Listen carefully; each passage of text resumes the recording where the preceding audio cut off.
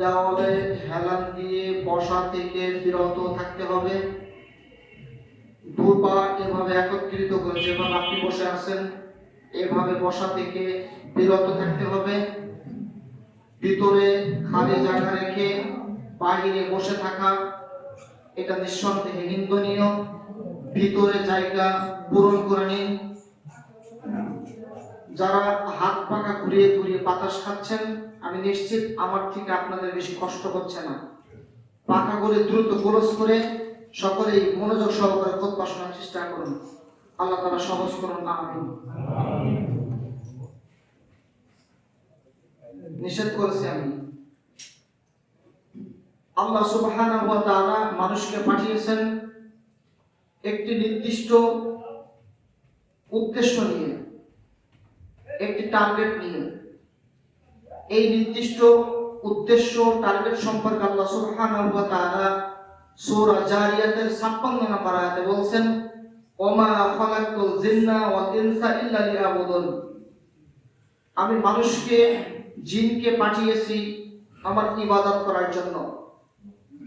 সালাত হতে পারে, সিয়াম হতে পারে, হজ হতে পারে, যাকাত হতে পারে, নফল ইবাদত হতে পারে, অর্থাৎ আল্লাহর জন্য যত কাজ, এই কাজ উদ্দেশ্যে আল্লাহ সুবহানাহু ওয়া তাআলা আপনাকে আমাকে পৃথিবীতে পাঠিয়েছেন। এই আয়াত প্রমাণ করে দেয় আগে আল্লাহ নির্দেশ, পরে অন্য কাজ। আল্লাহ সুবহানাহু ওয়া তাআলা যে নির্দেশ দিয়েছেন এই নির্দেশের বাহিরে কোনো কাজ আপনার আমার শুধু নয়, একজন জুতা সেলাইকারী তিনিও নয়, যদি আমেরিকার প্রেসিডেন্ট ডোনাল্ড ট্রাম্প হয় তাকেও আল্লাহর নির্দেশ মানতে হবে। এই কথাই সত্য। আমেরিকার প্রেসিডেন্ট মানে তো বুঝতেই পারছেন, বাংলাদেশের প্রধানমন্ত্রী তো বাদই গেল।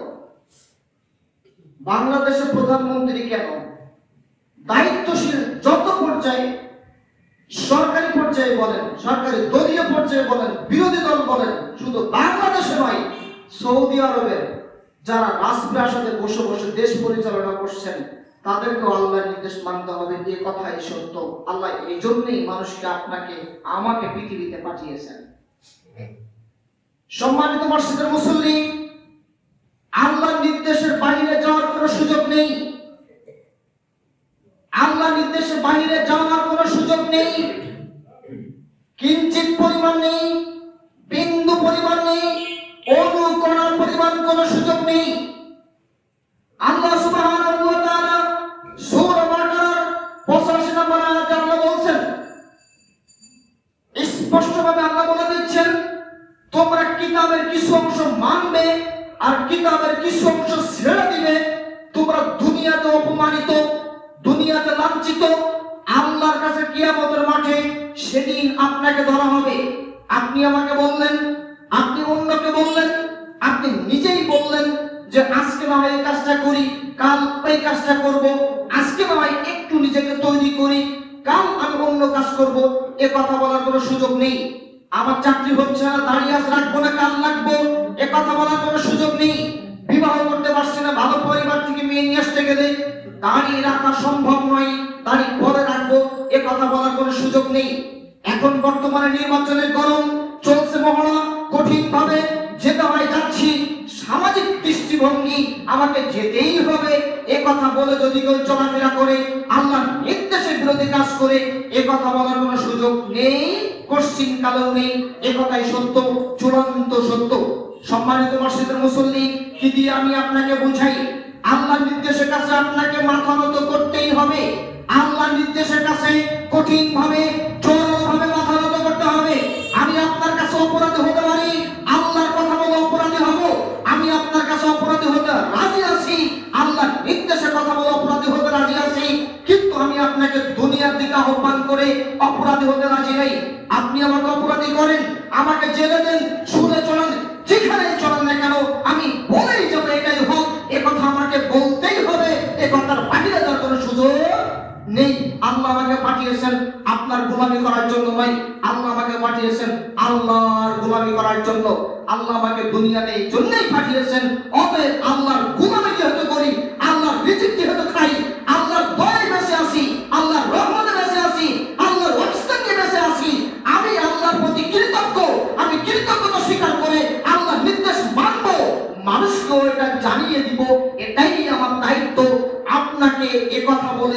আমি কোনোদিন আল্লাহর কাছে অপরাধী হতে রাজি নই যে আপনি আসেন, এই কাজটা করেন, এই কাজটা ভালো, কালকে না হয় আপনি ডিলিট করে দিন, ওই কাজটা করেন যে কাজটা আল্লাহ বিরোধী, এই কাজের দিকে আমি আপনাকে কোনোদিন আহ্বান করতে পারি না।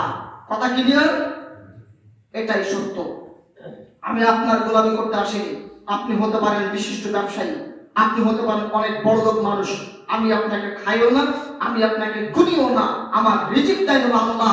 অতএব আল্লাহরই কৃতজ্ঞতা স্বীকার করতে হবে, আল্লাহকেই গোলামি করতে হবে। আপনার গোলামি করা আমার কোনো প্রশ্ন আসতেই পারে না। আমি থাকি আল্লাহর দেওয়া নিয়ামত একটি বাংলাদেশ, যে দেশ সবুজ শ্যামলের দেশ, সে দেশে বসবাস করি। আমার জবান দিয়েছেন আল্লাহ। আল্লাহ সুবহানাহু ওয়া তাআলা স্পষ্ট বলেছেন, আল ইয়াউমা নাখতিমু আলা আফওয়াহিহিম ওয়া তুকাল্লিমুনা আইদিহিম ওয়া তাশহাদু আরজুলুহুম বিমা কানু ইয়াকসিবুন। কিয়ামতের মাঠে হাত কথা বলবে, কিয়ামতের মাঠে পা কথা বলবে, কিয়ামতের মাঠে অঙ্গ প্রত্যঙ্গ কথা বলবে। এই হাত দিয়েছেন আল্লাহ, মুখ দিয়েছেন আল্লাহ, দেহের অঙ্গ প্রত্যঙ্গ সব দিয়েছেন আল্লাহ। অতএব সেই আল্লাহর দরবারে যদি হাতকে কঠিন ভাবে উপস্থাপন করতে চাই, কানকে উপস্থাপন করতে চাই, আমার গোটা অঙ্গ প্রত্যঙ্গ উপস্থাপন করতে চাই, সেভাবেই করব যেভাবে উপস্থাপন করলে আল্লাহ দরবারে বাঁচা যায়।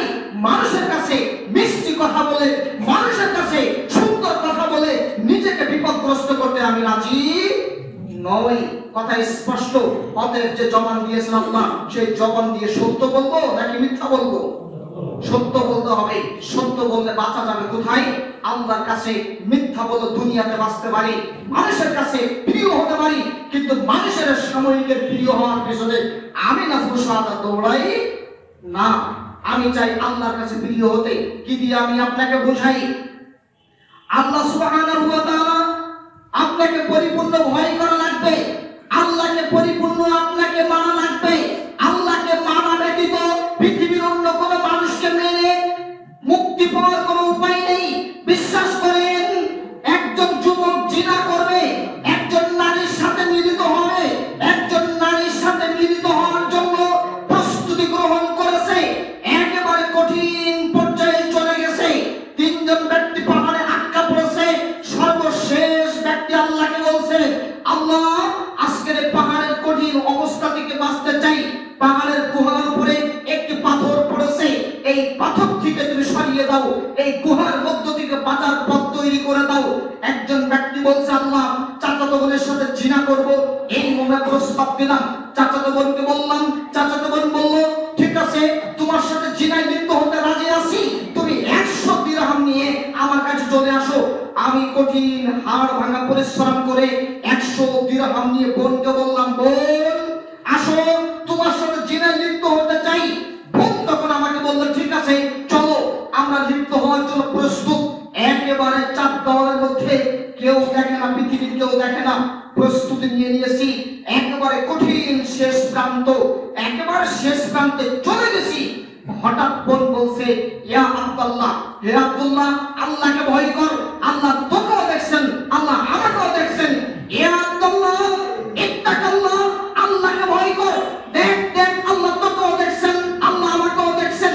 যখনই আমার বোন আমাকে কথা বলেছে, সাথে সাথেই আমি আমার জিনার মতন কঠিন এই কাজ, কঠিন নিশাগ্রস্ত কাজ থেকে আমি তোমাকে ভয় করে দূরে সরে এসেছি। আল্লাহ তোমাকে ভয় করে যদি এই কাজ থেকে আমি দূরে সরে আসতে পারি, আজকে তুমি আমাকে বিপদ থেকে মুক্ত করো। আল্লাহ সুবহানাহু ওয়া তাআলা সাথে সাথে বিপদ থেকে মুক্ত করে পাহাড়ের গুহার ভিতর থেকে বাঁচিয়ে দিলেন। এ বাঁচিয়েছে কে? আমি। এ বাঁচিয়েছেন সৌদির কোন বাদশা, বাঁচিয়েছে বাংলার প্রধানমন্ত্রী, ক্ষমতাসনে আমেরিকার ডোনাল্ড ট্রাম্প, বর্তমান প্রধানমন্ত্রী জো বাইডেন।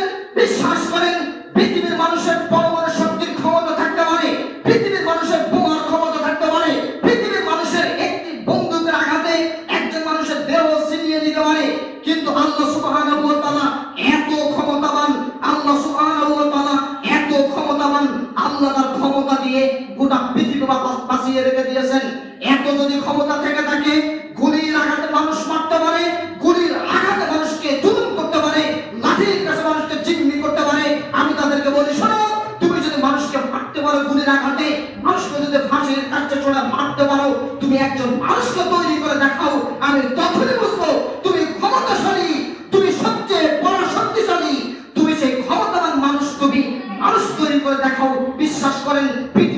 মানুষের ক্ষমতা নেই।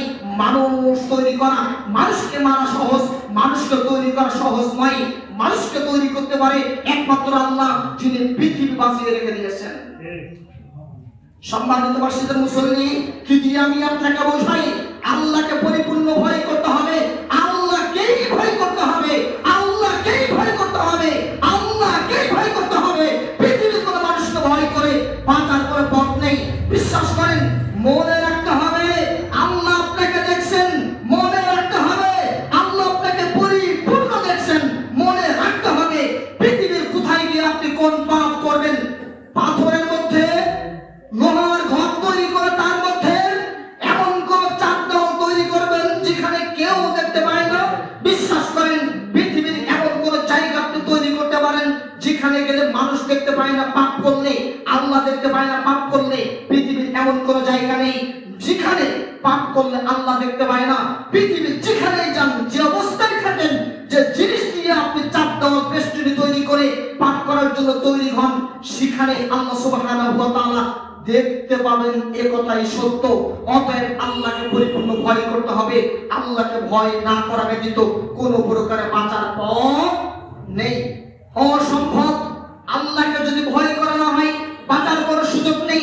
মহিলাটি জিনা করেছে, জিনা করে এবার রাসূলের কাছে এসে বলছে, ইয়া রাসূলুল্লাহ, আমি জিনা করেছি, আমি এখন বাঁচতে চাই। জিনা করেছি, আমি এখন বাঁচতে চাই, আপনি বাঁচার পথ তৈরি করে দিন। আল্লাহ রাসূল বললেন, ঠিক আছে, তুমি চলে যাও, আল্লাহর কাছে ক্ষমা চাও। মহিলাটি বলছে, ইয়া রাসূলুল্লাহ, জিনা করেছে, জিনার শাস্তি নিয়ে আমি যেতে চাই। জিনার শাস্তি হলো রজম করা। জিনার শাস্তি রজম করা। রজম অর্থাৎ হলো গর্ত করে চতুর্দিক থেকে এই ঢেল পাটকেল মেরে ফেলা। এটা হলো রজম, এটা হলো জিনার শাস্তি, এটা হলো কঠিন জিনার শাস্তি। এটা দিচ্ছেন রাসূল সাল্লাল্লাহু আলাইহি ওয়াসাল্লাম। মহিলাকে এবার বলা হলো, তাকে বাড়িতে ফিরে যাও, বাচ্চা প্রসব করুক। বাচ্চা প্রসব করেছে। এবার আল্লাহ রাসূলের কাছে এসে বললেন, ইয়া রাসূলুল্লাহ সাল্লাল্লাহু আলাইহি ওয়াসাল্লাম, জিনা করেছি, এটা সে জিনার বাচ্চা। জিনার বাচ্চা। এবার বললেন, যাও, চলে যাও, দুধ পান করুক। দুধ পান করে 2 বছর পরে তুমি ফিরে এসো। এবার যখন দুধ পান করা শিখেছে, শক্ত খাবার খেতে শিখেছে, এবার তাকে আনা হলো। বলল, ইয়া রাসূলুল্লাহ, দেখুন, আর শক্ত খাবার খেতে শিখেছে, আপনি এখন আমাকে জিনার শাস্তি আমাকে দিন। জিনার শাস্তি হলো রজম করা। মহিলাকে ভালো করে জানে আমাকে ইট ঢেল পাটকেল মেরে ফেলা হবে। বিশ্বাস করেন সম্মানিত মুসল্লি, কি দিয়ে আমি আপনাকে বোঝাই? মরুর প্রান্তর গর্ত খুঁড়ে চতুর্দিক থেকে ইট ঢেল পাটকেল মেরে ফেলা হচ্ছে। হঠাৎ এক সাহাবা বললেন, ইস, আমার গায়ে জিনাকার রক্ত এসে লাগলো। তখন আল্লাহ রাসূল বললেন, বলো তো তুমি, আশ্চর্য বিষয়, তুমি জিনাকারী মহিলাকে ঘৃণা করছো? ওই মহিলা জিনা করেছে তাই তুমি কি জানো? কাবার প্রত্যেকটি মানুষের নেকির পাল্লা যদি এক দাড়ি পাল্লায় দেওয়া হয়, আর এই মহিলাটির নেকির পাল্লা যদি এক দাড়ি পাল্লায় দেওয়া হয়, এই মহিলার নেকির পাল্লাই বেশি ভারী হবে। কেননা আল্লাহর কাছে এতটা তওবা করেছে, আল্লাহর কাছে এতটা তওবা করেছে, আল্লাহর কাছে এতটা তওবা করেছে যে আল্লাহকে ভয় করেছে। এই জন্যই আল্লাহ সুবহানাহু ওয়া তাআলা জান্নাত দিয়ে তাকে পরিপূর্ণ করে দিয়েছেন, তার নেকির পাল্লা ভারী করে দিয়েছেন। কি মনে করছেন আপনি? দেখুন, জিনা তো এখন আপনার জামালপুরে আছে। বাংলার প্রতিটা জেলায় জেলায় এখন ব্যবসায়িক প্রতিতলায় তৈরি করা হয়েছে। বিশ্বাস করেন, এগুলো দুনিয়ার জন্য। যদি আখিরাতের জন্যই হয়, যদি আখিরাতের জন্যই হয়, তাহলে যুবককে বিবাহ দিবে, বিবাহ দেওয়ার মাধ্যমে জিনা থেকে বাঁচাবে। কিন্তু বর্তমান সমাজ তো আর সেটা নাই। জিনা করার জন্য প্রতিতলায় তৈরি করা হয়েছে, কম টাকার বিনিময়ে নারীর ইজ্জত বিক্রি করা হচ্ছে। এটা নিঃসন্দেহে দুনিয়াবি, এটা নিঃসন্দেহে দুনিয়াবি, এটা নিঃসন্দেহে দুনিয়াবি। এই সমাজে ফিতনা আসবেই আসবে, এই সমাজ অভাবগ্রস্ত হবেই হবে, এই সমাজে মহামারী হবেই হবে। এ কথা বলেছেন রাসূল সাল্লাল্লাহু আলাইহি ওয়াসাল্লাম, এ কথা আমি বলিনি। অতএব যদি জিনা অর্থাৎ প্রতিতলায় যেগুলো আছে একেবারে ভেঙে চুরমার করে দিতে হবে। যতদিন না পর্যন্ত প্রতিতলায় ভেঙে চুরমার না করা হবে, ততদিন পর্যন্ত এই সমাজে শান্তি আসতে পারে না, ততদিন পর্যন্ত এই সমাজে বরকত আসতে পারে না, ততদিন পর্যন্ত এই সমাজের রিজিকের ক্ষেত্রে অভাব কমবে না। রিজিকের ক্ষেত্রে যদি অভাব কমাতে চাও, দেশে যদি বরকত পেতে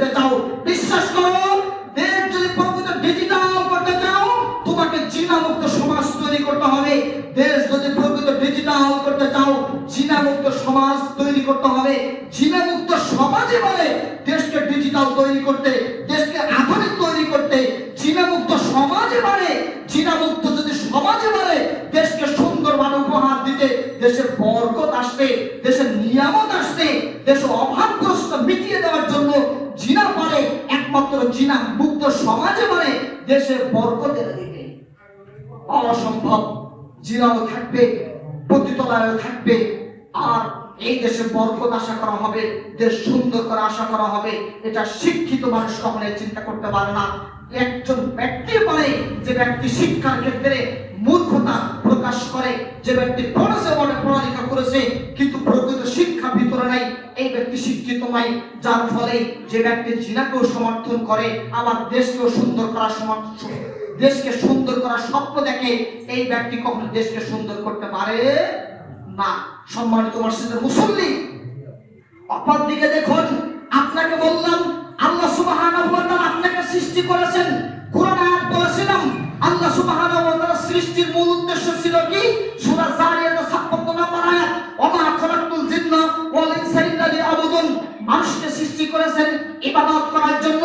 আপনি একদিকে ইবাদত করেন, অপরদিকে বিড়িগুল তামাজ্জুদ দেখান। আপনি বললেন যে আমার গাল ফ্রেশ করে নিয়েছি, পরিষ্কার করে নিয়েছি, আমি তো নিজে পরিপাটি আছি, নিজের গাল ধৌত করে নিচ্ছি, আমি সালাত দাঁড়াচ্ছি। বিশ্বাস করেন এমন ইবাদত আল্লাহ সুবহানাহু ওয়া তাআলা কবুল করেন না, যে ইবাদতের মধ্যে হারামও থাকে, যে ইবাদতের মধ্যে হালালও থাকে। অর্থাৎ একদিকে সালাত আদায় করেন, অপরদিকে আপনি বিড়িগুল তামাজ্জুদ দেখান। এটা নিঃসন্দেহে নির্বুদ্ধিতা, মূর্খতা, বোকামি ছাড়া আর কিচ্ছু হতে পারে না। সম্মানিত উপস্থিতি, রাসূল সাল্লাল্লাহু আলাইহি ওয়াসাল্লামের হাদিস স্পষ্ট। রাসূল সাল্লাল্লাহু আলাইহি ওয়াসাল্লাম বলেন 3 শ্রেণীর ব্যক্তিকে জান্নাত দেওয়া হবে না। তার মধ্যে এক শ্রেণী হলো মুদমিরুল খমর, নেশাদার দ্রব্য খায় যে জান্নাতে যাবে না সে। নেশাদার দ্রব্য খায় যে জান্নাতে যাবে না সে। শুধু খাওয়া নয়, যে ব্যক্তি বিক্রি করে, অর্থাৎ মুদিখানার দোকান, অর্থাৎ চায়ের আড্ডাখানা, যে ব্যক্তি বিক্রি করে, এই ব্যক্তি রিজিকও আল্লাহ কবুল করবেন না, ইবাদত কবুল করবেন না, হজ কবুল করবেন না, সালাত কবুল করবেন না, সিয়াম কবুল করবেন না। অর্থাৎ যত ইবাদত আছে এই ইবাদতগুলো আল্লাহ কবুল করবেন না। আল্লাহ সুবহানাহু ওয়া তাআলা স্পষ্ট বলেন, ইন্নাস সালাতা তানহা আনিল ফাহশাই ওয়াল মুনকার। নিশ্চয় সালাত এমন একটি ইবাদত যে ইবাদত ফিতনা ও ফাহিশা থেকে দূরে রেখে দেয়। একদিকে বিড়ি খাচ্ছে, তামাক খাচ্ছে, জর্দা খাচ্ছে, অপরদিকে সালাত কবুলের স্বপ্ন দেখে। এ মানুষ কি কখনো বুদ্ধিমান হতে পারে? এই মানুষ কি কখনো শিক্ষিত হতে পারে? এই মানুষ কি কখনো কোনোদিন একজন বিবেক সম্পন্ন মানুষ হতে পারে? একমাত্র পাগলই এই স্বপ্ন দেখতে পারে, একমাত্র বুদ্ধিহীন ব্যক্তি স্বপ্ন দেখতে পারে যে একদিকে সালাত আদায় করবে, অপরদিকে গিরান নিচে প্যান্ট পরিধান করবে, বিড়ি খাবে, গুল খাবে, তামাক খাবে, জর্দা খাবে, আবার সালাত আদায়ের স্বপ্ন দেখে। সম্মানিত মসজিদের মুসল্লি, কি দিয়ে আমি আপনাকে বুঝাই? রাসূল সাল্লাল্লাহু আলাইহি ওয়াসাল্লাম তিনি বলেন, মুদমিরুল খমর, নেশাদার দ্রব্য খায় যে জান্নাতে যাবে না সে। নেশাদার দ্রব্য ভক্ষণ করে যে জান্নাতে যাবে না সে। কোন হুজুর যদি বলে থাকে তামাক খেলে ইবাদত কবুল হয়, তামাক খেলে নেশা হয় না, আমি স্পষ্ট ভাষায় বলিনি। ইমাম সাহেব সাবধান, আল্লাহর কাছে কঠিনভাবে ভয় করুন। আমি আপনাকে স্পষ্ট ভাষায় বলি, তামাক যদি হালাল হয়, আপনার সাথে কিয়ামতের আগ পর্যন্ত চ্যালেঞ্জ করা থাকলো, তামাককে আপনি হালাল করার জন্য যতগুলি দলিল আছে আমার সামনে পেশ করুন, আর তামাককে হারাম করার জন্য যতগুলি দলিল প্রয়োজন আমি আপনার সামনে পেশ করব ইনশাআল্লাহ। আমার তৌফিক ইল্লা বিল্লাহ। বুকে আছে সাহস, মনে আছে বল, আর আসলে হাদিস যদি স্পষ্ট, অতএব মুখে বল, মুখে কথা, অন্তর শক্তি রেখে কথা বলতে আমি আপনাকে ভয় পাই না। আল্লাহকেই ভয় করি, আল্লাহকেই ভয় করে কথা বলি। কোন ব্যক্তির ক্ষমতা নেই তামাককে হালাল করা। বক্তব্য চলে যাচ্ছে অনলাইনে। প্রত্যেকটি বাংলাদেশের আলেম উলামা যারা তামাককে হালাল মনে করে তামাককে খায়, মূলত এই আলেম উলামা ওই তামাকের প্রতি নেশাগ্রস্ত হওয়ার কারণে নিজে বাঁচতে পারে না, তাই বাঁচার জন্য মানুষের কাছে এই মিথ্যা ফতোয়া দিয়ে বেড়ায়। ঠিক কিনা? বিকল্প কোনো পথ নেই। ইমাম সাহেব বাঁচার জন্য এই ফতোয়া নেই, নিজেকে খেতে হবে, এই জন্য এই ফতোয়া দিয়ে জনগণের কাছে বাঁচার চেষ্টা করে। অতএব আমি আপনাকে বলি, আল্লাহকে পরিপূর্ণভাবে ভয় করুন। যে কথা বলছিলাম, যদি কোনো ভাই এখানে মুদিখানার দোকানদারি করে থাকেন, তাদেরকে স্পষ্ট করে বলি, আজকে যদি রিজিককে হালাল করতে চান, তাহলে দোকানে যদি বিড়িগুল তামাক জর্দা বিক্রি করে থাকেন, তাহলে আজকেই ছড়ে ফেলে দিন। আপনি হয়তো বলবেন বিড়িগুল তামাক জর্দা এগুলো যদি বিক্রি না করি আমার দোকানে বেচা কেনা হবে না। আমি বলবো আল্লাহর প্রতি আপনার ভরসা না থাকার কারণে আপনি এই কথা বলেছেন। আল্লাহর প্রতি ভরসা রাখতে হবে। ঠিক এভাবেই সে আল্লাহ আমাকে রিজিক দিবেই দিবে, বিশ্বাস দিবে, নিশ্চিত দিবে। আপনি আপনাকে আল্লাহ সুবহানাহু ওয়া তাআলা স্পষ্ট বলছেন, লা তাহজান, হতাশ হয়ো না, লা তাকরাতু রাহমাতিল্লাহ, নিশ্চয়ই আল্লাহ তোমাকে রহম করবেন, নিশ্চয়ই আল্লাহ তোমাকে দয়া করবেন, নিশ্চয়ই আল্লাহ তোমাকে রহম করবেন। আল্লাহ সুবহানাহু ওয়া তাআলা এই কথা বলছেন। অতএব আপনাকে মনে রাখতে হবে যে আপনি যদি রিজিকের ক্ষেত্রে আল্লাহর প্রতি ভরসা করেন, রিজিকের ক্ষেত্রে আল্লাহর প্রতি আপনি বলেন, বিশ্বাস করেন, তাহলে আল্লাহ আপনাকে রিজিক দিবে। আপনাকে একটা কথা শোনায়, আদেশ শোনাই। ইমাম আবু হুরায়রা রাদিয়াল্লাহু তাআলা আনহু নাম শুনেছেন? হাদিসের ক্ষেত্রে যিনি ছিলেন সবথেকে বেশি হাদিস গ্রহণকারী। আবু হুরায়রা রাদিয়াল্লাহু তাআলা আনহু ক্ষুধা পেটে ক্ষুধা, পাথর বেঁধে আছেন, মসজিদ নববীতে শুয়ে আছেন। মসজিদ নববীতে শুয়ে থেকে বলছেন, তুমি কি শোনো, একটা হাদিস শুনতে চাও? তুমি একটা হাদিস শুনতে চাও? আসো আমার কাছে হাদিস শোনো। তিনি মনে মনে ভাবতেন, আমি যদি তাকে বলি যে হাদিস শুনবেন, একটা হাদিস শুনতে চান, যদি আমি তাকে বলি, লোকটি হয়তো তখন বলবে, আবু হুরায়রা তুমি কি খেয়েছো? দুপুরের খাবার যদি তুমি না খেয়ে থাকো তাহলে আমাকে তুমি বলো, আমি তোমাকে খাবারের ব্যবস্থা করে দিব। আবু হুরায়রা তুমি কি খেয়েছো? আবু হুরায়রা তুমি যদি না খেয়ে থাকো আমাকে বলো, আমি তোমাকে খাবারের ব্যবস্থা করে দিব। কে কে বলছেন এ কথা?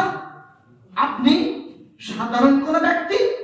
হাদিস বিশারদ, হাদিস সংগ্রহকারী আবু হুরায়রা রাদিয়াল্লাহু আনহু, তিনি একদিন, দুদিন, 3 দিন না খেয়ে থাকতেন, তবু আল্লাহর প্রতি তাওয়াক্কুল হারাতেন না। আর আপনি বললেন বিড়ি গোল তামাক জর্দা বিক্রি না করলে আমার দোকান চলে না। আপনার মতো নিমুখানা মুআক্কিরিত মানুষ পৃথিবীতে আর নেই। আপনার মতো হতভাগা কপাল পোড়া মানুষ পৃথিবীতে আর নেই, যে ব্যক্তি আল্লাহর প্রতি তাওয়াক্কুল করে না, যে ব্যক্তি আল্লাহর প্রতি ভরসা করে না, রিজিকের ক্ষেত্রে আল্লাহকে ভয় করে না, আল্লাহকে বলে না। গভীর রজনীতে আল্লাহ এসে বলেন, কে আসো? আব্দুল্লাহ, আব্দুর রহমান, নাজমুস শাহাদাত, আব্দুল খালেক, আব্দুল মালিক, শুধু নির্দিষ্ট কোনো নাম নয়, একেবারে সকলকেই, সকল মুসলিমদেরকে আল্লাহ সুবহানাহু ওয়া তাআলা ডেকে ডেকে বলেন, কে আসো অভাবগ্রস্ত? আমাকে বলো। কে আসো অসুস্থ? আমাকে বলো। কে আসো বিভিন্ন সমস্যায় জর্জরিত? আমাকে বলো। কে আসো দরিদ্র? আমাকে বলো। কে আসো স্ত্রী অসুস্থ, সুস্থ করতে চাও? আমাকে বলো। আল্লাহ সুবহানাহু ওয়া তাআলা এইভাবে ডেকে ডেকে বলতে থাকেন। আপনি তখন ঘুমান্ত, আপনি আল্লাহর ডাকে সাড়া দেন না, আর সকালে উঠে বলেন, হাই হাই, আমি 1 টাকাও পকেটে নাই, কিভাবে সম্ভব? এরকম পাগল মানুষ আর হতে পারে? এর মতো নির্বুদ্ধ মানুষ আর হতে পারে? আল্লাহ সুবহানাহু ওয়া তাআলা আপনাকে অফার করেন। যদি কোনো যুবককে বলা হয়, যুবক আগামীকাল প্রস্তুত থেকো, গ্রামীণ সিমে 10 জিবি নেট দেওয়া হবে, এত টাকা রিচার্জ করলে। যুবক যদি বাপের পকেট থেকে টাকা চুরি করেও হয়, বাপের পকেট থেকে টাকা চুরি করে 10 জিবি নেট কেনার জন্য প্রস্তুত হয়ে থাকবে। দুপুর 2টার সময়ে গ্রামীণ সিম বলেছে নেট দিতে হবে, এই সময়ে আমাকে লোড দিতে হবে, তাহলে ইন্টারনেট পাওয়া যাবে। দেখেন আপনি, যুবক যদি দুপুর 2টার সময় প্রস্তুত থাকতে পারে, যুবকের জন্য দুপুর 2টার সময় গ্রামের সিমের জন্য যদি অপেক্ষায় থাকা লাগে, তাহলে আল্লাহ সুবহানাহু ওয়া তাআলা রাত 2টায়, রাত 3টা আল্লাহ ডাকতে থাকেন, সেটা অপেক্ষা করা দরকার ছিল না? সেটার জন্য প্রস্তুত থাকা দরকার ছিল না? কিন্তু নিমুখারাম মূর্খ জাতি আল্লাহর উপরে তাওয়াক্কুল করে না, আল্লাহর উপরে ভরসা করে না, আল্লাহকে ভয় করে না, আল্লাহকে পাওয়ার চেষ্টা করে না। কি দিয়ে আমি আপনাকে বোঝাই, কি দিয়ে আমি আপনাকে বোঝাই? আল্লাহকে চাইলে আল্লাহ ফিরিয়ে দেন না। কি দিয়ে আমি আপনাকে বোঝাই? আল্লাহকে বললে আল্লাহ ফিরিয়ে দেন না। কি দিয়ে আমি আপনাকে বোঝাই? আল্লাহকে যদি বলা হয় আল্লাহ তাআলা মাহরুম করেন না। বিশ্বাস করেন মসজিদের মুসল্লি, আমি আপনাকে সুন্দর করে বলি, 99 জন মানুষকে হত্যা করেছে, 99 জন মানুষকে হত্যা করে ক্ষমা পাওয়ার জন্য ব্যস্ত হয়ে গেছে, ছুটেছে ক্ষমা পাওয়ার জন্য। একজন ব্যক্তিকে গিয়ে বলছেন, আমি হত্যা করেছি 99 জন মানুষকে, এখন ক্ষমা পেতে চাই, ক্ষমার জন্য প্রস্তুত, আমি ক্ষমা পেতে চাচ্ছি, আমাকে ক্ষমা পাওয়ার পন্থা বলে দাও। লোকটি টপ করে বলছেন, 100 জন তুমি হত্যা করেছো, 99 জন মানুষকে হত্যা করে ক্ষমা পেতে চাচ্ছ? যাও, তোমার ক্ষমা হবে না, তুমি চলে যাও। যখনই বলেছে তাকেও দিয়েছে হত্যা করে। সম্মানিত মসজিদের মুসল্লি, ওই ব্যক্তিকে হত্যা করে পূর্ণ হলো 100 জন মানুষকে হত্যা করে এখন ছুটেছে ক্ষমা পাওয়ার জন্য। ক্ষমা পেতে যাচ্ছে, ওই মুহূর্তে মউত চলে আসলো। ভালো ফেরেশতাও হাজির, খারাপ ফেরেশতাও হাজির। ভালো ফেরেশতা এসে বলছে তাকে জান্নাতে নিয়ে যাব, খারাপ ফেরেশতা বলছে না তাকে জাহান্নামে নিয়ে যাব। কেন না সে 100 মানুষকে হত্যা করেছে। এবার আল্লাহ সুবহানাহু ওয়া তাআলা বললেন, ঠিক আছে ভালো ফেরেশতা খারাপ ফেরেশতা উভয়কে বলা হলো তোমরা মেপে দেখো। মেপে দেখা গেল যে এবার আল্লাহ সুবহানাহু ওয়া তাআলা ওই লোকটি গ্রামে যেদিকে যাচ্ছিলেন ওই গ্রামকে বললেন, গ্রাম তুমি একটু এগিয়ে আসো। আর যে গ্রাম থেকে আসতেছিল ওই গ্রামকে বললেন, গ্রাম তুমি একটু পিছিয়ে যাও। এবার যখনই মাপতে বলা হলো, মেপে দেখা গেল ওই লোকটি যে গ্রামের দিকে যাচ্ছিল ওদিকে 1 বিঘা পরিমাণ বেশি চলে গেছে। আল্লাহ সুবহানাহু ওয়া তাআলা বললেন, 1 বিঘা পরিমাণ বেশি চলে যাওয়ার কারণে আমি তাকে ক্ষমা করে দিলাম। এটা কি সাধারণ ব্যাপার? এটা কি যাচাই ব্যাপার? আপনি খুব সাধারণ ব্যাপার মনে করেন? বিশ্বাস করেন, উকসিম বিল্লাহ, আল্লাহর কসম করে বলছি, আল্লাহর উপর তাওয়াক্কুল, আল্লাহর উপরে ভরসা একমাত্র আপনার মুক্তির পথ হতে পারে।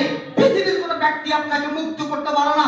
বিশ্বাস করেন, ভোটের সময় ভোট চলতে জমজমাট ভাবে, গোটা বাংলাদেশের চেয়ারম্যান ভোট, আপনার মেম্বারি ভোট, আরো কত পদের ভোট আছে বাংলাদেশে জানা নেই আমার। কত ভোট যে বাংলাদেশে হয় আল্লাহু আলাম, একমাত্র আল্লাহ ভালো জানেন। এমপি মন্ত্রী সবাই ছুটে চলে যান শাহজালালের মাজারে, এমপি মন্ত্রী সবাই চলে যান অমুক বাবার মাজারে, বিভিন্ন বাবার মাজারে। আরে বাবারা তারাই বিপদে আছে। বাবার দরবারে বাইরে ফকির বসে আছে, বাবার দরবারে বাইরে মিসকিন বসে আছে, টাকা নিচ্ছে 1 টাকা 2 টাকা 5 টাকা। যে ফকির বাবা ফকির মিসকিনকে টাকা দিতে পারে না, যে ফকির বাবা ফকির মিসকিনকে বাঁচাতে পারে না, ওই বাবা এমপি মন্ত্রীকে বাঁচাতে পারে? এমপি মন্ত্রী শিক্ষা হয় না, এমপি মন্ত্রী সেখানে চলে যায়, তাদের বিবেক বুদ্ধি নেই। এমপি মন্ত্রী এত বিবেক সম্পন্ন মানুষ, তাদের কি বিবেক বুদ্ধি নেই? তাদের তো বোঝা উচিত, তাদের তো জানা উচিত। ওই ফকির মিসকিন, যে ফকির মিসকিন বসে আছে খাতা বাবার দরবারে, লাল বাবার দরবারে, ন্যাংটা বাবার দরবারে, শাহজালালের বাজারে, যেই ফকির মিসকিনকে বাবাই বাঁচাতে পারে না, মাজার বাঁচাতে পারে না, সেই ফকির মিসকিন যদি তারা বাঁচতে না পারে, তাহলে এমপি মন্ত্রী ভোটে দাঁড়িয়ে তারা পাস করবে, এটা কি পীর বাবা সহযোগিতা করতে পারে? তাহলে এই এমপি মন্ত্রীকে দিয়ে আপনি সমাজে কি খেদমত দিবেন? এই এমপি মন্ত্রী আপনাকে কি উপকার করতে পারে? এই এমপি মন্ত্রী আপনাকে কি সহযোগিতা করতে পারে? যে এমপি মন্ত্রী দুনিয়ার জ্ঞান আছে, আল্লাহর জ্ঞান নেই। আগে আপনাকে আল্লাহর জ্ঞান থাকতে হবে, আল্লাহর যথার্থ জ্ঞান, আল্লাহ সম্পর্কে যথার্থ ধারণা, ইসলাম সম্পর্কে যথার্থ ধারণা আপনাকে থাকতে হবে। তবেই বোঝা যাবে যে এটা বিবেক সম্পন্ন মানুষ, শিক্ষিত মানুষ, ইনি কখনো আমাদেরকে বিপদগ্রস্ত করতে পারে না।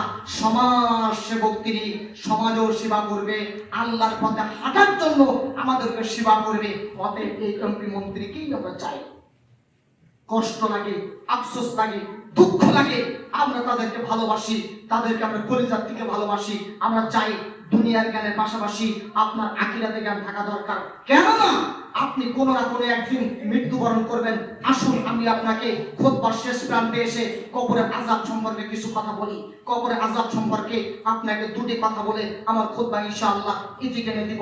সম্মানিত মসজিদের মুসল্লি, রাসূল সাল্লাল্লাহু আলাইহি ওয়াসাল্লাম তিনি বলেন, আল কবরু আউয়ালু মানজিল মিনাল মানজিলিল আখির ফামা লাইসা মিনহু ওয়া ইল্লাম ইয়ানজু মিনহু। একজন মানুষ মরার পর সর্বপ্রথম বিপদের জায়গা হবে কবর।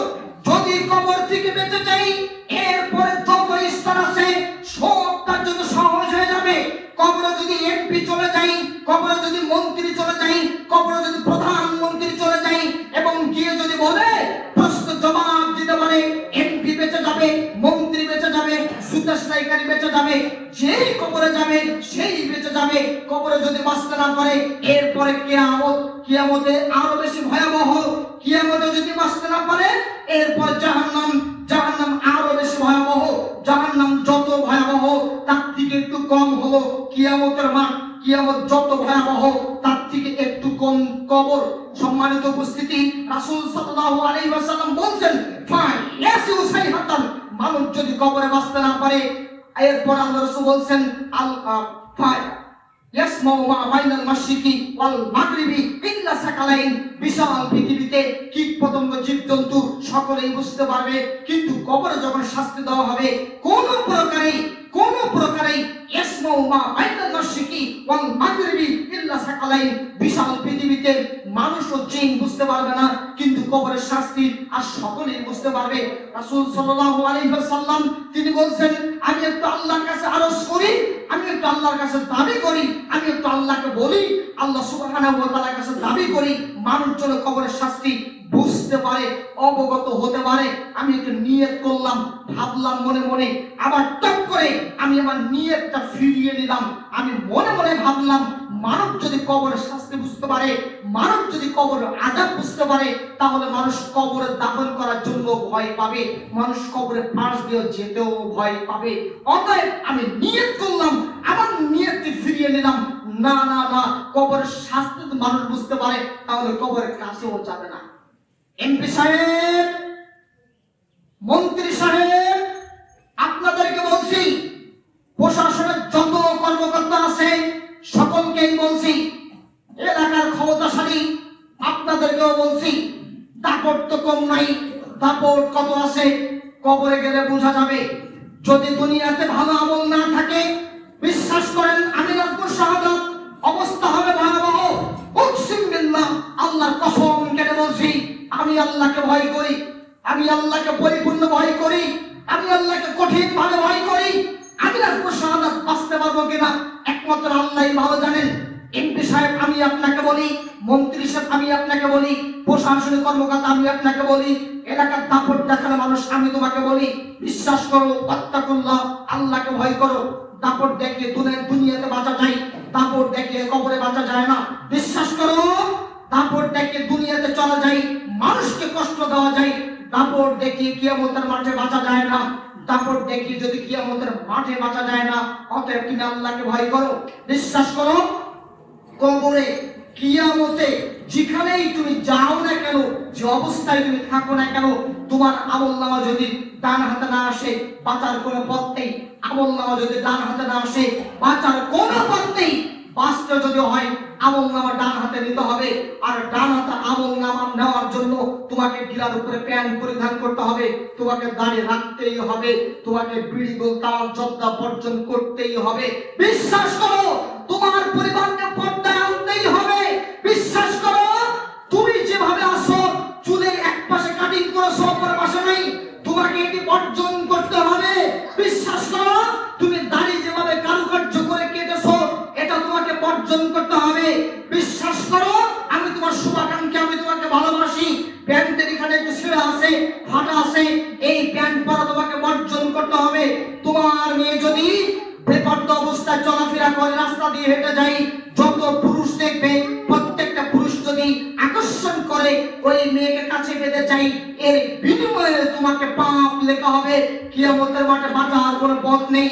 সম্মানিত মসজিদের মুসল্লি, কবরের কথা বললাম, রাসূল সাল্লাল্লাহু আলাইহি ওয়াসাল্লাম বলেন, কবরের ভিতরে মানুষকে যখন প্রশ্ন করা হবে জবাব দিতে পারবে না। দুপাশের যে পাঁজর এভাবেই আছে, যখন কবরের দুপাশের মাটি চাপ দিবে তখন ঠিক এভাবেই চলে যাবে, আর চিৎকার করবে, বলবে ইয়াসমাউ বাইনাল মাশরিকি ওয়াল মাগরিবি ইল্লা সাকালাইন। চিৎকার করতে থাকবে, বাপরে মারে করে চিৎকার, কঠিন চিৎকার। কিন্তু এই চিৎকার পৃথিবীর কোনো মানুষ শুনতে পাবে না, এই চিৎকার পৃথিবীর কোনো জিন শুনতে পাবে না, এই চিৎকার পৃথিবীর কারো শোনার ক্ষমতা নেই, একমাত্র গাছপালা পশু পাখি ব্যতীত। সম্মানিত মসজিদের মুসল্লি, কি দিয়ে আমি আপনাকে বুঝাই, কবর যদি এত কঠিন হয়ে থাকে, কিয়ামতের মাঠ আরো কঠিন।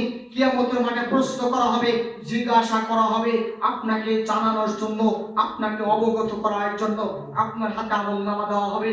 আমলনামা আপনার হাতে দিয়ে প্রশ্ন করা হবে, পড়ো, ইকরা তোমার কিতাব, ইকরা পড়ো, কিতাবাকা তোমার কিতাব, ইকরা কিতাবাকা কাফা বিনাফসিকা পড়ো তোমার কিতাব, যে কিতাবের মধ্যে ভালো লেখা আছে, খারাপও লেখা আছে। যুবক, আমি নিশ্চিত, আমি কনফার্ম তোমার মোবাইলে চীনাকারী মহিলার নাম্বার আছে। বিশ্বাস করো যুবক, আমি নিশ্চিত ফেসবুকে তুমি একাধিক মেয়ের সাথে চ্যাট করো, গল্প করো। বিশ্বাস করো যুবক, উকসিম বিল্লাহ, কিয়ামতের মাঠে তোমার আমলনামা হাতে ধরিয়ে দেওয়া হবে। এবার প্রশ্ন করা হবে, তোমাকে বলা হবে পড়ো তোমার কিতাব। এবার তোমার মুখ যখন কথা বলবে, মুখ যখন বলবে তখন মুখকে বন্ধ করে দেওয়া হবে, হাতকে বলা হবে কথা বলার জন্য। আল ইয়াউমা নাখতিমু আলা আফওয়াহিহিম ওয়া তুকাল্লিমুনা আইদিহিম ওয়া তাশহাদু আরজুলুহুম বিমা কানু ইয়াকসিবুন। সেদিন তোমার হাত কথা বলবে, সেদিন তোমার কান কথা বলবে, সেদিন তোমার জিহ্বা কথা বলবে, সেদিন তোমার দেহের অঙ্গ প্রত্যঙ্গ তোমার বিরুদ্ধে সাক্ষ্য দিবে। মুখ তখন বলবে আল্লাহ মিথ্যা বলছে, সত্য বলছে না। তখন মুখকে চুপিয়ে দেওয়া হবে, তখন তোমার হাত কথা বলবে। বিশ্বাস করো বাঁচার কোনো পথ নেই, বিশ্বাস করো কিয়ামতের মাঠে বাঁচার কোনো সুযোগ নেই। এমন কোনো ব্যক্তি নেই, এমন কোনো কিছু নেই কিয়ামতের মাঠে একটি আমল দিয়ে তোমাকে বাঁচাতে পারে। একটি আমল দিয়ে তোমাকে বাঁচাবে তোমার আদরের কলিজার টুকরা স্ত্রী, আদরের বাবা, আদরের মা। বিশ্বাস করো এমন কোনো ব্যক্তি নেই কিয়ামতের মাঠে তোমাকে বাঁচাতে পারে। রাসূল সাল্লাল্লাহু আলাইহি ওয়াসাল্লাম আয়েশা রাদিয়াল্লাহু তাআলা আনহাকে বলেন, আয়েশা হুফাতান কুরাতান উল্লান, আয়েশা কিয়ামতের মাঠে মানুষ উলঙ্গ থাকবে, মানুষ খাতনাবিহীন থাকবে।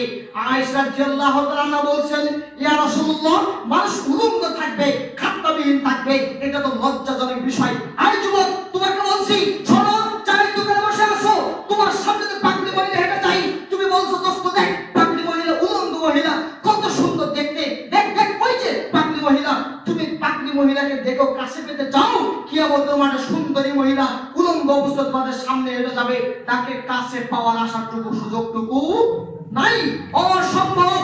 পাগলি মহিলাকে দেখে তুমি কাছে পেতে যাচ্ছ, বন্ধুকে বলছো তাকে কাছে পাওয়ার আশা করছো, কিয়ামতের মাঠে সুন্দরী মহিলা তোমার সামনে দিয়ে হেঁটে যাবে, তাকে কাছে পাওয়ার স্বপ্নটুকু তোমার দেখার সুযোগ নাই। অতএব তোমাকে বলি তুমি আল্লাহকে ভয় করো, চোখকে সংযত করো, জিহ্বাকে সংযত করো, আল্লাহকে পরিপূর্ণ ভয় করো। যেভাবে ভয় করলে আল্লাহ খুশি হন, আল্লাহকে খুশি করতে হবে। পৃথিবীতে কোনো ব্যক্তিকে খুশি করে, পৃথিবীতে কোনো ব্যক্তিকে খুশি করে তুমি মনে করো কিয়ামতের মাঠে বেঁচে যাবে, এটা মিথ্যা। পীর বাবাকে খুশি করে এই স্বপ্ন যদি দেখো আমি কিয়ামতের মাঠে বেঁচে যাব, এই স্বপ্ন মিথ্যা। বিশ্বাস করো পীর বাবার কিতাব পড়ে যদি তুমি জান্নাত পেতে চাও, এই স্বপ্ন দেখাও মিথ্যা। যাও ওই হাদিস পড়ে যদি বাঁচার চেষ্টা করো, এই স্বপ্ন যদি দেখো এটাও মিথ্যা। যাও যে হাদিস লেখা আছে এমন কিতাব পড়ে যদি বাঁচার চেষ্টা করো, এই স্বপ্ন যদি তুমি দেখো, এই স্বপ্ন দেখাও মিথ্যা। অতএব সত্য এটাই যে তোমাকে কিতাবুল্লাহ ও সুন্নাত রাসূলুল্লাহ, আল্লাহর কিতাব রাসূলের সুন্নাতের উপরে নিজের জীবনকে প্রতিষ্ঠা করতে হবে, তবেই তুমি বাঁচতে পারো। আল্লাহ সুবহানাহু ওয়া তাআলা আমাদেরকে সকলকে বুঝার তৌফিক দান করুন, আমিন। আল্লাহ তুমি বড় দয়াবান, তুমি বড় রহমান, তোমার দয়ার শেষ নেই। তুমি তো আমাদেরকে দয়া ও রহমত দিয়ে বাঁচিয়ে রেখেছো। আমরা পাপী, পাপী মানুষ, তোমার কাছে ক্ষমা চাই, তোমার কাছে মাফ চাই। তুমি আমাদেরকে মাফ করো, তোমার কাছে ক্ষমা চাই আমাদের নিজের অর্জিত পাপের জন্য। তুমি আমাদেরকে পাপ থেকে মার্জনা করো, তুমি আমাদেরকে হালাল রিজিক খাওয়ার তৌফিক দান করো, তুমি আমাদেরকে সঠিক পন্থায় কোরআন হাদিস মোতাবেক চলার তৌফিক দান করো। তোমার দয়া তো শেষ নাই, তোমার দয়ায় বেঁচে আছি। তুমি সেই দয়া দিয়ে, রহম দিয়ে আমাদের আগামী পথগুলি চলার তৌফিক দান করো। অনেক আত্মীয় স্বজন মারা গেছে, তাদের কবরে আযাব তুমি মাফ করে দাও। অনেকে অসুস্থ আছে, তাদেরকে সুস্থ করে দাও। আল্লাহ তোমার দয়া তো অনেক বেশি, তোমার দয়া তো শেষ নাই, তোমার দয়ায় বেঁচে আছি। রহমান রহিম, তোমার কাছে বলি, কঠিন আশা রেখে বলি, তোমার রহম দিয়ে আমাদেরকে যেভাবে বাঁচিয়ে রেখেছো, তোমার এই রহম দিয়ে আমাদের পাপগুলি মার্জনা করে দাও। তুমি তো ক্ষমা করো, তোমার কাছে এভাবে চাইলে তুমি তো ফিরিয়ে দাও না। তুমি তো বলেছো ওয়ালিমান খাফা মাকাম রাব্বিহি জান্নাতান, তোমার কাছে যদি কেঁদে কেঁদে ক্ষমা চাই, তুমি আমাদেরকে দুটি জান্নাত দান করবে। অতএব তুমি আমাদেরকে এই পাপ ক্ষমা করে তুমি আমাদের মাফ করো, দুটি জান্নাত পাওয়ার লোক আমরা আশায় আছি। অতএব তুমি আমাদেরকে লোককে পূর্ণ করে দিয়ে আমাদেরকে জান্নাত পর্যন্ত পৌঁছানোর তৌফিক তুমি দান করো। আমরা তো মানুষ, পাপ করি, পাপ করে তোমার কাছে ক্ষমা চাই। উত্তম পাপী সেই যে ব্যক্তি পাপ করে আল্লাহর কাছে ক্ষমা চাই, মনে মনে অনুশোচনা করে, আমরা সেই পাপী মানুষ। অতএব তুমি আমাদের ক্ষমা করো, হালাল রিজিক খাওয়ার তৌফিক দান করো, আল্লাহুম্মা আমিন। এবার খুতবার শেষের দিকে এসে গুরুত্বপূর্ণ এবং কঠিন একটি কথা, সেটা হলো এই যে আপনার পরিবারে আপনার বৌমা আছে, আপনার পরিবারে আপনার স্ত্রী আছে, সাবধান, কঠিন সাবধান। বর্তমানে ফিতনা চলছে, কঠিন ফিতনা। সেটা হলো এই যে আপনার ঈমান নষ্ট করে দেওয়ার জন্য একটি ফিতনা হলো আপনার চাকরি দেওয়ার নাম করে যেভাবে এনজিও গুলো বেরিয়েছে, এই এনজিও কৌশল হলো ইহুদি খ্রিস্টান নাস্তিক্যবাদী প্রতিষ্ঠা করা। এই এনজিও শুধু আপনার জামালপুরে নয়, গোটা বাংলাদেশ ছত্র ছায়ার মতো তারা বসে আছে মুসলিমদের ঈমানকে কিভাবে নষ্ট করে দেওয়া যায়।